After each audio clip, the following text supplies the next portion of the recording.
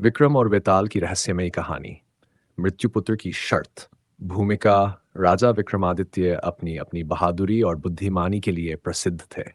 एक रात वह अपने वचन के अनुसार श्मशान में जाकर पीपल के पेड़ से लटके हुए वेताल को उतारकर अपने कंधे पर रख लेते हैं।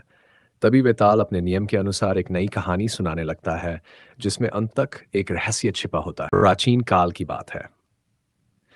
अवंती नगर में एक प्रतापी राजा चंद्रकेतु शासन करता था। वह न्यायप्रिय और धर्मपरायण था, लेकिन उसके जीवन की सबसे बड़ी चिंता थी उसका पुत्र युवराज चंद्रसेन। जमसेई चंद्रसेन में एक अजीब शक्ति थी, जिस किसी को भी वह छूता वह मृत्यु के करीब पहुंच जाता। ये देखकर राजा ने उसे महल से दूर एक सुनसान किले में भेज दिया। सालों बाद जब चंद्रसेन युवा हुआ तो उसने पिता से विनती की, पिताश्री, क्या मैं इस शाप के कारण जीवन भर अकेला रहूंगा? राजा को भी अपने पुत्र का दर्द समझ आया। उन्होंने ऐलान किया कि जो भी अपनी इच्छा से युवराज से विवाह करेगा, उसे अपार धन और राज्य का उत्तराधिकारी बनाया जाएगा। अचानक एक रहस्यमयी राजकुमारी आती है।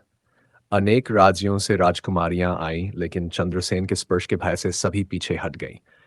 तभी एक अजनबी राजकुमारी अन्वेषा स्वयं आगे आई और कहा, मुझे विवाह स्वीकार है, पर मेरी भी एक शर्त है। राजा ने पूछा, क्या शर्त है देवी? अन्वेषा बोली, विवाह की रात मैं युवराज का हाथ थामूंगी। यदि मैं जीवित रही तो वह शापित नहीं बल्कि एक दिव्य वरदान होगा। यदि मैं मर गई तो आपका पुत्र वास्तव में मृत्यु का दूत है।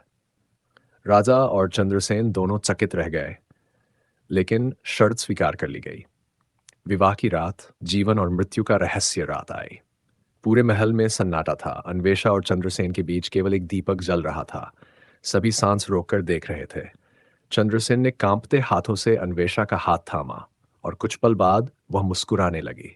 राजा और सभी दरबारी अचंभित रह गए। आखिर अन्वेषा जीवित कैसे बची?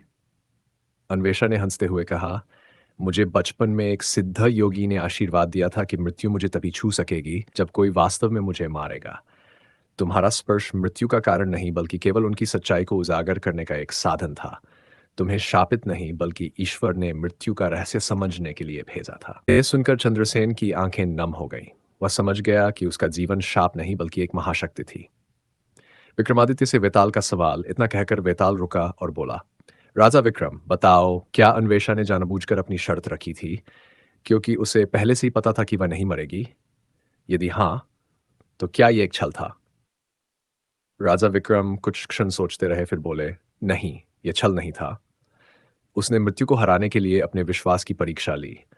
उसका निर्णय स्वार्थी नहीं बल्कि साहसी था। वह केवल चंद्रसेन के शाप का सच जानना चाहती थी। यदि वह झूठ बोलती तो मृत्यु उसे अवश्य छूती।